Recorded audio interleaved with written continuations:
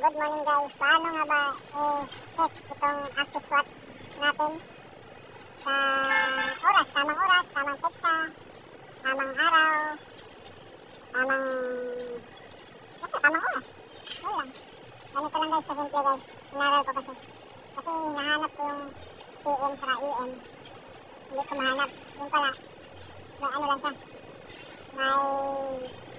May sikreto siya. So ganito lang guys, pag ma-reset ha. Itong oras natin, tama na to. Ayan, Monday, 10:39. Ganito lang gagawin nyo. Unang gagawin nyo, pinutin nyo yung set. Tapos, pangalawa yung mode. O yan, pumipitik na yung oras. Kung anong oras tayo, alas 10. Set nyo na lang yan. Kung gusto nyo maging alauna niya, sige, bahala kayo. Pangalawang click nyo, minutes. Pangatlong click, ayan, kung anong buwan. Ayan yung 1, nag-blink yung 1.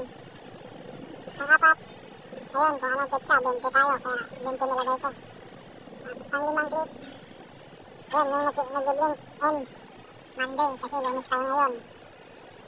Pang-anim, ayan, hours yan, 24 hours o 12 hours.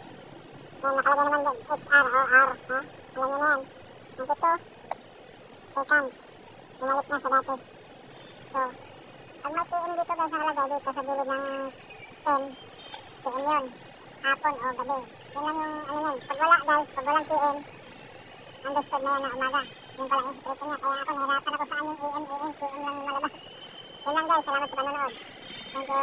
Don't forget to like and subscribe. Salamat. God bless us always.